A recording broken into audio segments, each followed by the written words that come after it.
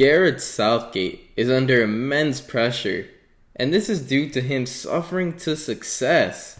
Yes, he's suffering from success. In the World Cup, he got to the semifinals. In the Euros, he got to the final and lost in a penalty shootout. This guy is right there knocking on the door for the grand prize, winning the whole tournament. Now, what does that mean? Well, his expectation from, let's just get to the quarterfinals, let's get far, we don't have to win it, is now winning it because he's there. He is right there. He's gone into the final, the semifinal. He's 1 or 2 games away from being the champion, and now he's expected to win it all. And that comes with immense criticism on his decisions. You can see he just called up his team, for the international break, the 28 players, and he's going to get criticized. And he has players there that don't really get that much playing time with the club team, and he's getting criticized for that. For example, Harry Maguire is a player that he has confidence in. Do I agree with that decision of him calling up Harry Maguire? No, definitely not. There's so many better options. But he's called them up because he served them well in the Euros and the World Cup, and he feels like he trusts them. And if he's going to put his job on the line, I believe he's going to put the player he has most confidence in. And personally, I would put Ben White over Connor Cody and Harry Maguire. I don't care what anyone says.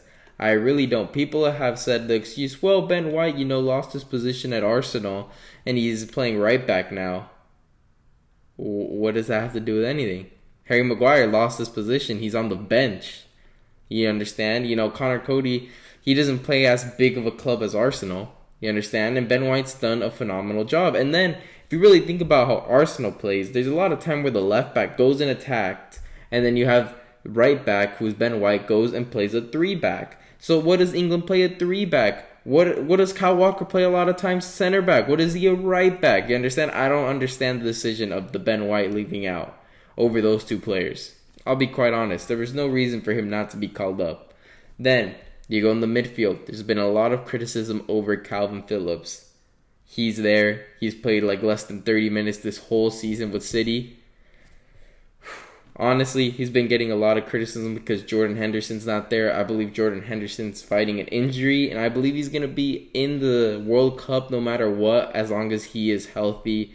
So there's no reason of wasting a position to take to the friendlies because he's going to be there no matter what. Calvin Phillips might not be there. And this is one of the things that people have to understand, that I do understand, is that this is all experimental things. You're not bringing in, all right, these are the guys I'm taking to a World Cup. No, it's like, you possibly. I'm going to leave off the for sures, but you guys, maybe. And he does have a lot of these for sures, but I believe it's a lot of more experimenting and seeing who will fit in the squad and who will not, which he does leave in some guys that I believe have a shot of making the World Cup. And then that leads me to James Maddison, who I believe fully deserves a shot, and he has not been given a shot. I believe just because he plays for Leicester City, who are doing bad, he's not getting the attention he deserves, but he definitely should be in contention of being in the World Cup. And I believe I would rather take him over Jack Grealish. Yeah, I said it. I would rather have James Maddison over Jack Grealish right now. That's the truth of the matter is. Because Jack Grealish, just because he was paid $100 million doesn't mean he's lived up to the expectation. He gets labeled as one of the worst transfers of all time because he was a $100 million backup player. You understand? But I'm not trying to go in at Jack Grealish here. I think he's a phenomenal player. He's just on, the team with the most depth that I've seen today. And, Jack Grealish, I believe if you put him on Arsenal, he probably starts. You put him on United, he probably starts. Put him on Liverpool, he probably, He is a good player. It's just that City has a ton of quality. And I do believe he does deserve a shot, but James Maddison has had a better year. And just because his team isn't performing like Jack Grealish's doesn't mean you have to put in Jack Grealish. But this is when I go back to my point. Jack Grealish has won the confidence of Gareth Southgate, and that's why he's called up. That's really it. And then another controversial pick has to be, Ivan Toney. Some people are saying he doesn't deserve it. People are saying they'd rather have Marcus Rashford and Sancho over Ivan Toney. And, Jack Grealish, because they think, oh, they've been doing well recently, you know. But the thing is, do you think Gareth Southgate's just basing it off this season? No, last season takes into consideration these two players were absolutely, terrible last season. I think everyone can agree. This season they've improved, but last season was horrible. They want to act like last season didn't even exist. Secondly, Marcus Rashford has an injury.